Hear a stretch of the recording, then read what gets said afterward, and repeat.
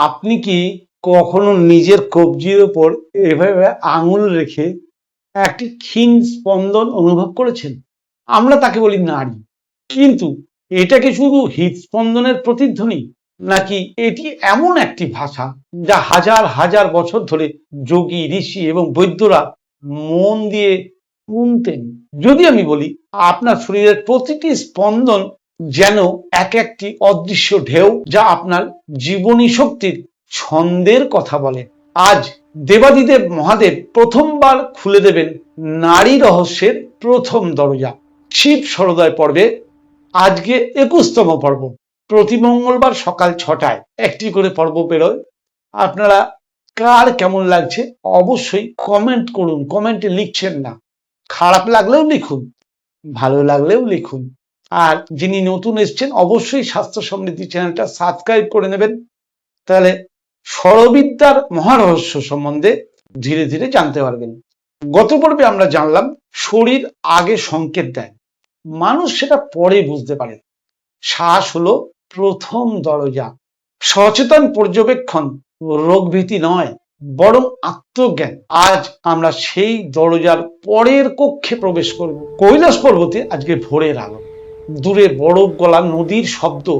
পার্বতী শিবের সামনে বসে আছেন, তার চোখে আজ গভীর কৌতূহল। পার্বতী বললেন, হে প্রভু, আপনি গত পর্বে নারীর কথা বলেছিলেন। নারী কি শুধু বৈদ্যদের জন্য, নাকি সাধারণ মানুষও এর ভাষা কিছুটা বুঝতে পারে?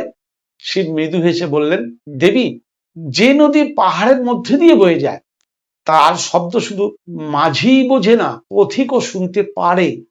কিন্তু শোনার গভীরতা সবার এক হয় না। নারী শুধু স্পন্দন নয়, এটি জীবনের ছন্দের একটি প্রকাশ। শিব বললেন, হে দেবী, একটি নদীর দিকে তাকাও। জল শুধু বয়ে যায় না, তার গতি আছে, তার ছন্দ আছে, তার ঋতু আছে, তার নীরবতাও আছে। মানুষের শরীরও ঠিক তেমনি। পার্বতী বললেন, তাহলে নারী কি সেই নদীর শব্দের মতো? মহাদেব বললেন, তুমি খুব কাছে পৌঁছে গেছো, কিন্তু এখনো সম্পূর্ণ নও। মহাদেব বললেন, দেবী, হৃদয় রক্তকে প্রবাহিত করে, কিন্তু প্রাণ সেই জীবনের অনুভূতিকে জাগিয়ে রাখে। নারী স্পন্দন আমাদের শরীরের একটি স্বাভাবিক জৈবিক ছন্দ। যোগীরা এই ছন্দকে পর্যবেক্ষণের একটা মাধ্যম হিসেবে ব্যবহার করতেন নারীকে, যাতে নিজের শরীর ও মনের অবস্থার সঙ্গে আরো সচেতন ভাবে পরিচিত হওয়া যায়। একটা প্রাচীন কাহিনী বলি। একজন কিশোর তার গুরুকে জিজ্ঞাসা করলো, গুরুদেব, আপনি রোগীকে দেখেই এতক্ষণ চুপ থাকেন কেন? গুরুদেব বললেন, আমি শুধু কথা শুনি না, আমি তার নীরবতাটাকেও শুনি, আর নীরবতার পরে তার স্পন্দনের ছন্দটাকে অনুভব করার চেষ্টা করি। শিব বললেন, মানুষ নিজের কণ্ঠ শুনতে পায়, কিন্তু নিজের নীরবতা খুব কম মানুষই শুনতে শেখে। আজ কোনো রোগ নির্ণয় নয়, শুধু সচেতনতা। সকালে শান্ত হয়ে বসুন, কবজিতে দুটি আঙুল আলতো করে রাখুন, কয়েক মুহূর্ত নিজের শ্বাসকে লক্ষ্য করুন, তারপর অনুভব করুন জীবন প্রবাহিত হচ্ছে। কোনো সিদ্ধান্ত নয়, কোনো ব্যাখ্যা নয়, শুধু পর্যবেক্ষণ। পার্বতী বললেন, হে প্রভু, সব মানুষের নারী কি একই রকম? শিব বললেন, না দেবী, যেমন সব নদীর স্রোত এক নয়, তেমন সব মানুষের শরীরের ছন্দও কিন্তু এক নয়। অন্যের সঙ্গে তুলনা করো না, প্রথমে নিজের স্বাভাবিক ছন্দকে চিনতে শেখো। পার্বতী আবার প্রশ্ন করলেন, হে প্রভু, যদি নারী শরীরের ছন্দের ভাষা হয়, তাহলে যোগীরা কিভাবে এই জ্ঞান অর্জন করতেন? শিব আকাশের দিকে তাকালেন। দূরে এক হংস শান্তভাবে হ্রদের উপর ভেসে চলেছে। একদিনে নয়, এক বছরে নয়, হাজারো সচেতন পর্যবেক্ষণের মাধ্যমে। যে প্রতিদিন নিজের শ্বাসকে জানে, সে একদিন নিজের শরীরের ছন্দকেও চিনতে শেখে। শিব বললেন, হে দেবী, এই জ্ঞান অহংকারের জন্য নয়। কেবল কবজি স্পন্দন অনুভব করে কোনো রোগ সম্পর্কে সিদ্ধান্তে পৌঁছানো উচিত নয়। সত্যিকারের জ্ঞান ধৈর্য, পর্যবেক্ষণ ও বিনয়ের সঙ্গে বেড়ে ওঠে।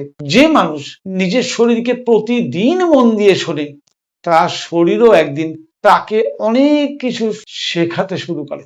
ঠিক তখনই কৈলাসের উপর দিয়ে শীতল বাতাস বয়ে গেল। দূরে বরফ গলা নদীর স্রোত আরো স্পষ্ট শোনা গেল।